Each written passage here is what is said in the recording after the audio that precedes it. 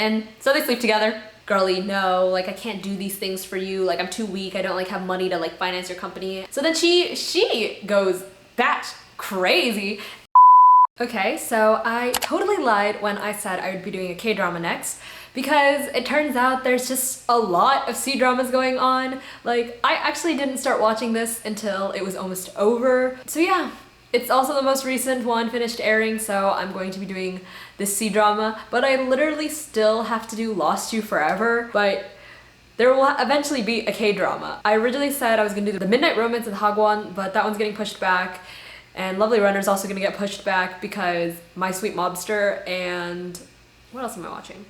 Oh, Miss Night and Day are both finishing soon, so I will be making videos for that then.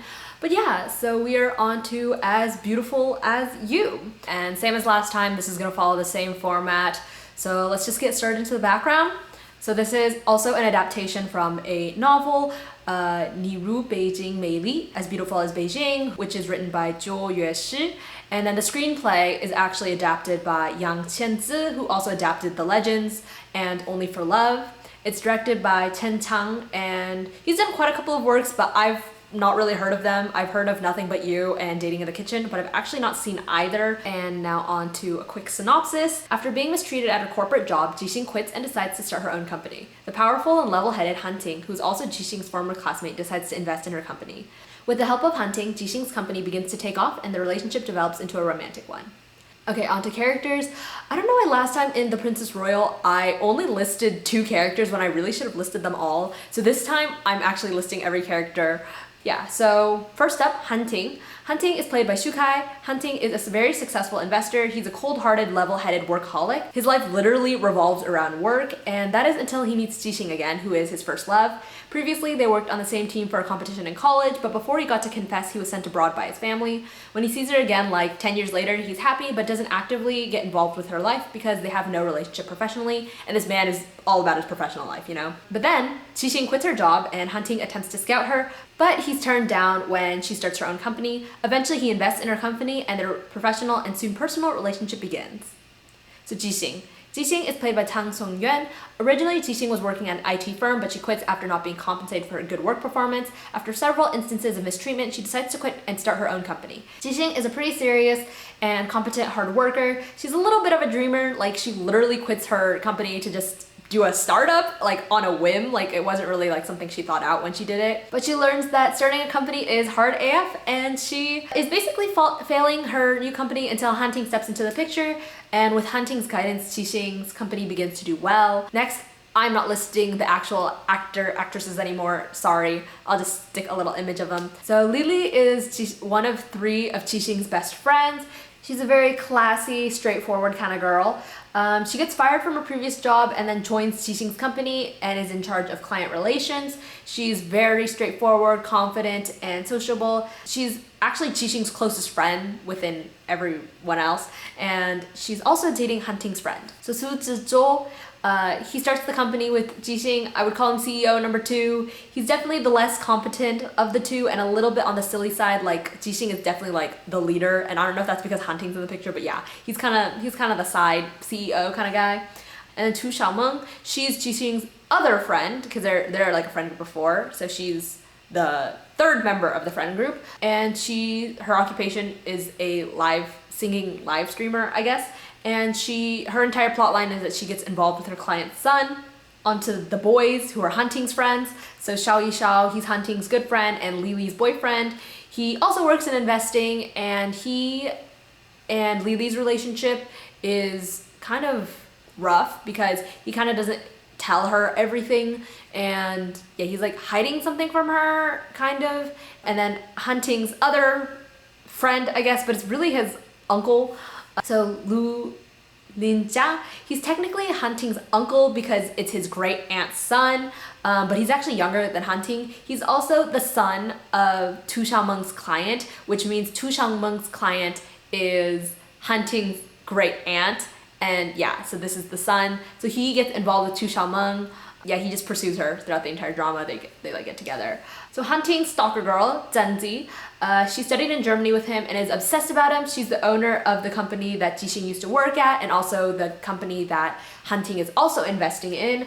Noticing that Hunting treats Jixing differently from other people, she is jealous and just causes a lot of problems for Jixing. Some other two characters that we're gonna go through real quick is Jixing's ex. Jixing's ex is Xiao Yichen. They were dating for like 4 years and they break up because he says they want different things, whatever. And then he ends up dating Jixing's fourth friend, the member of the friend group, whose name is Wei Chuozi.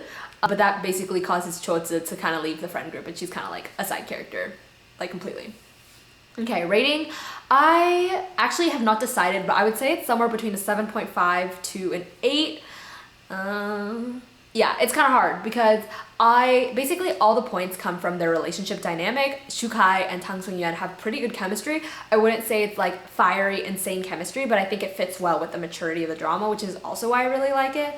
Yeah, I really like the maturity of the drama. It's really a workplace romance. So like one thing is when they get together, they just naturally get together. It's not like all this shyness and stuff like that you see in like early relationships, like relationship in your 20s. I think it gave off very like, oh, this is a relationship of people in their 30s, which I really enjoyed seeing.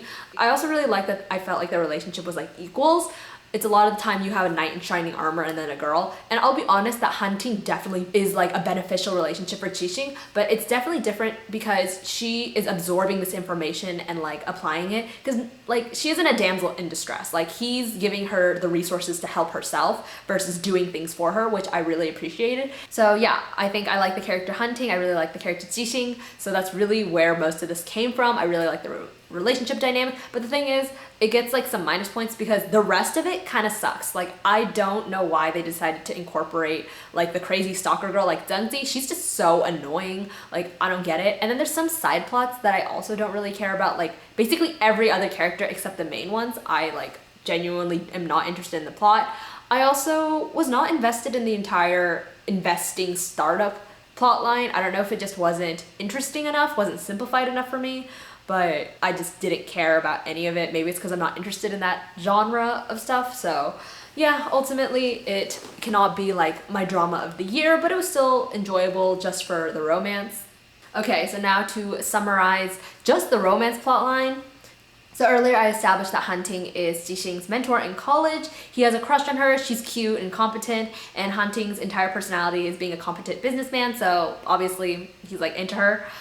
They reunite years later after he shows up to the company that he invests in, which is the one that Jixing is working at. This is before she's quit her job.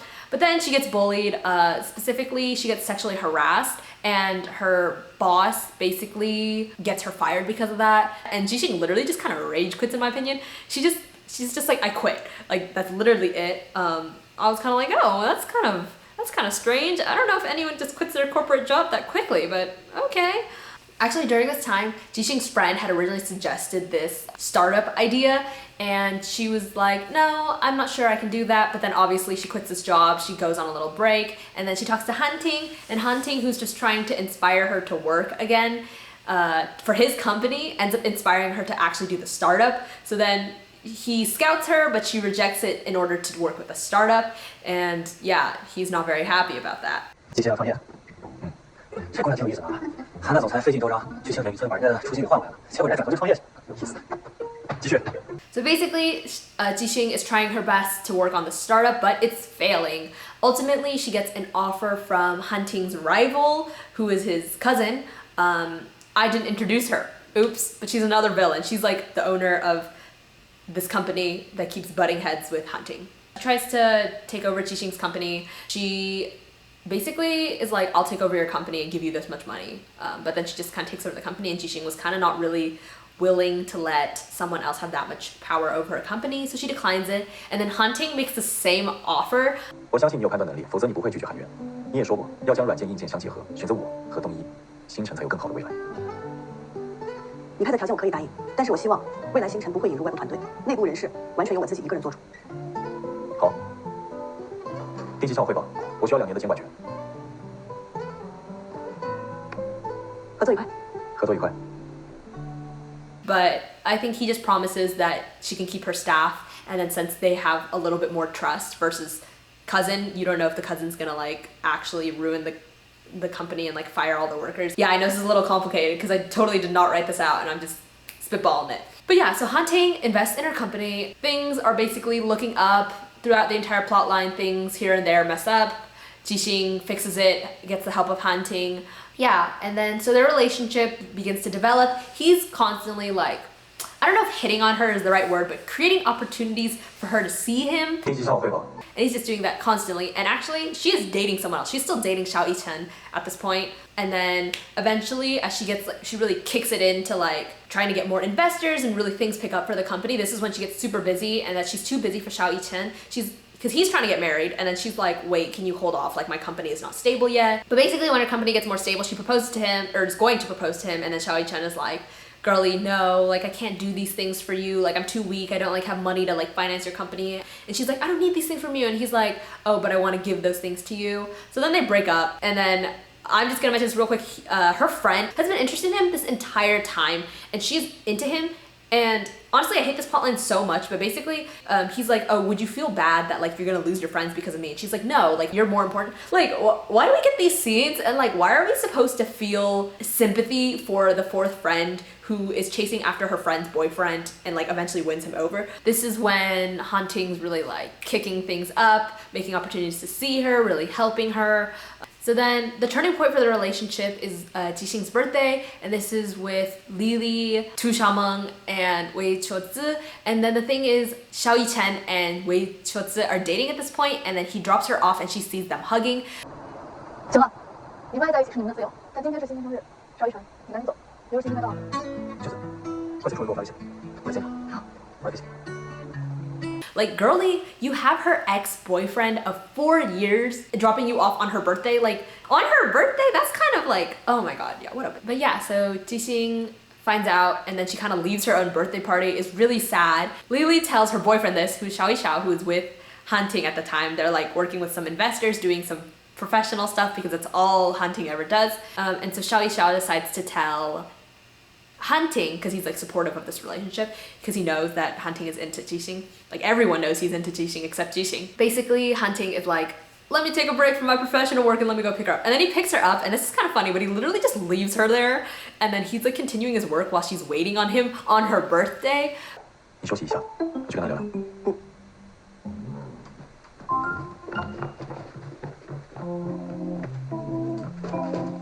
来吧，走。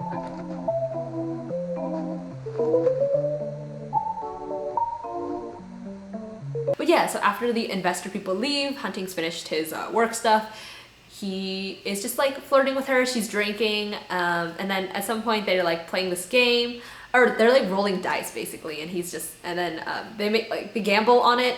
She wants shares, and he's like, and then he's gonna get any wish or whatever. So then he wins, and then yeah, so basically she makes up her mind, and then she asks him, oh, would you have really given me the shares to my company? Because then more shares is like more power for her and less power for him, even though like he's basically in control of the company right now.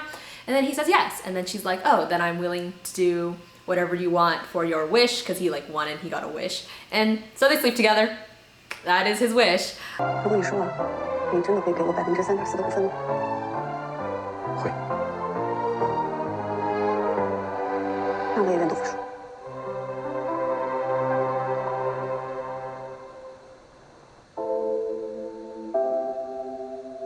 So yeah, they sleep together. The next day she runs away and she starts avoiding him and he's very unhappy. His bestie, Xiao Yishao, is like, give her some space. So he does, and then eventually he sees her again and he's just like, hey, what's going on? Why are you avoiding me? And she's like, no, I'm not.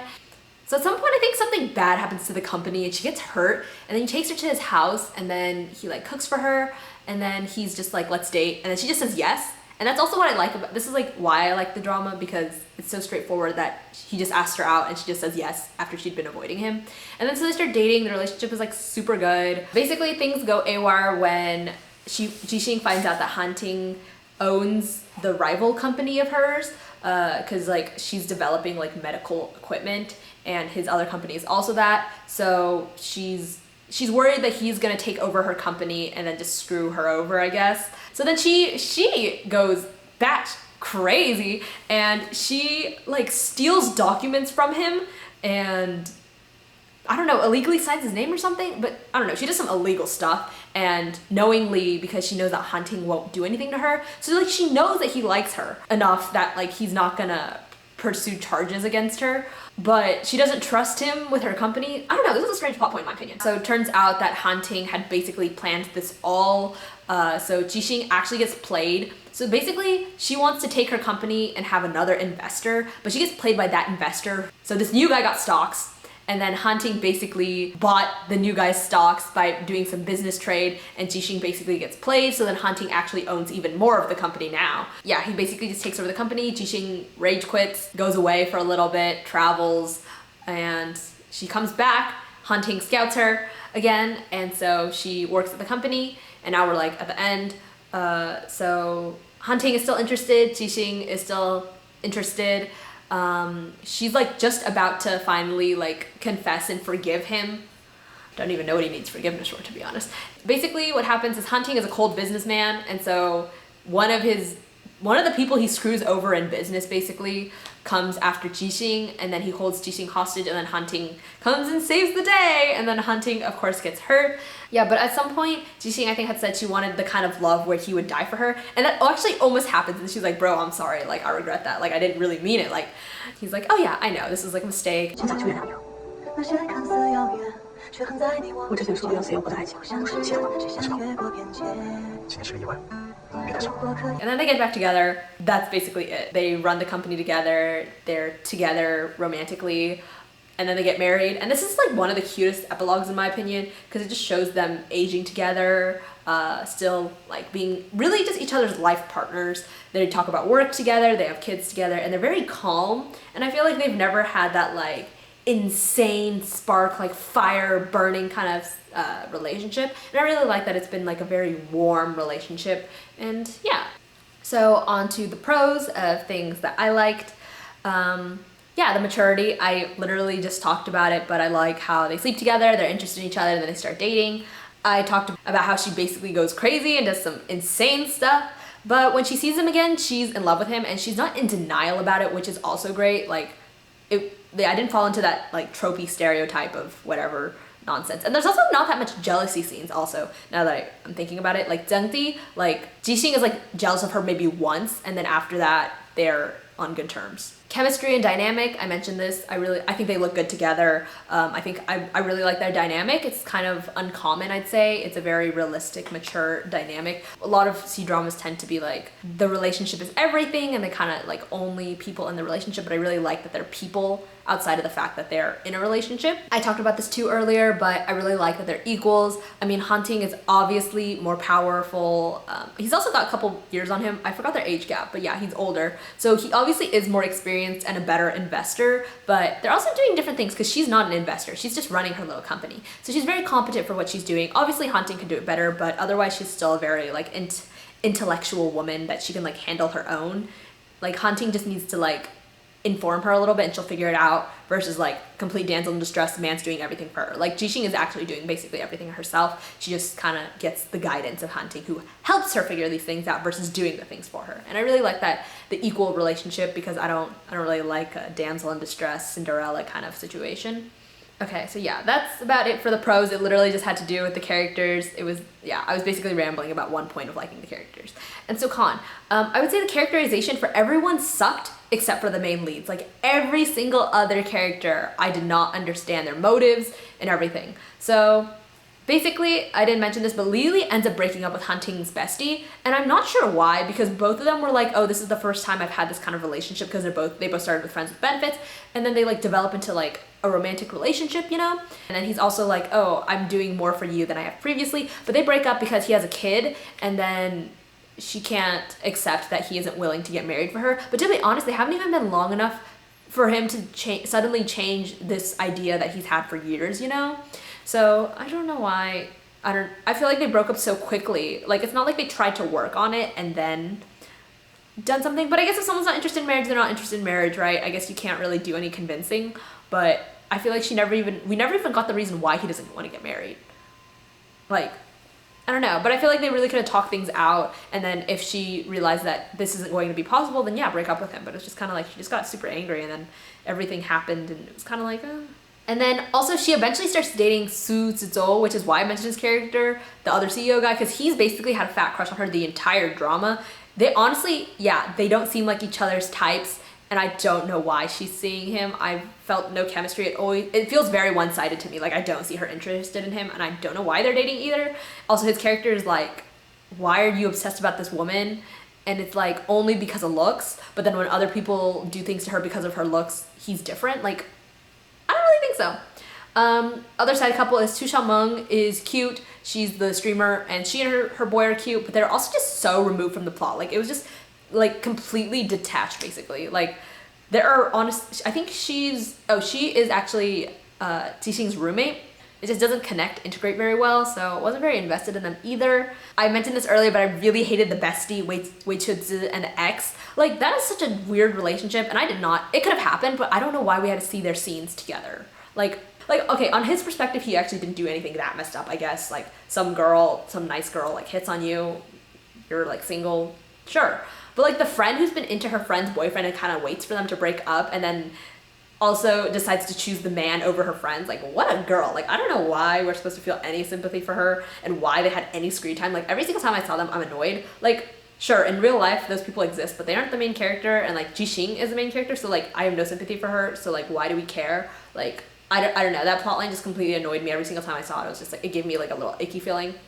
Especially because I think we're supposed to feel bad for her, because she's just, like, I don't know, she's like sweet, like she's not like an evil character, so it's just kind of weird, and I don't know, it just didn't serve a purpose for me. Lastly, my other con is that I couldn't really understand how Hunting had really wronged Jixing, sorry. Like, sure, he didn't tell her his business plans, but ultimately, he's really keeping his personal and professional life very separate, and for her, I guess she's upset about not knowing everything because they do have a personal relationship, but genuinely, I don't see that as that bad of a thing. Like, yeah, I guess he could have discussed things with her, but ultimately, between the two of them, like, he's the more competent one, so, like, I don't know how much influence she would have on his decision and if it would be, like, helpful, like, her advice, so, yeah. But yeah, I guess the funny thing about this, too, is that she makes him, like, these cards, and one of them is a forgiveness card, and then he's, like, begging for forgiveness when they break up, but then afterwards she's like, oh no, you didn't do anything that actually wronged me. So she actually pulled it together and she was like, oh yeah, you didn't do anything wrong. So I guess that's good.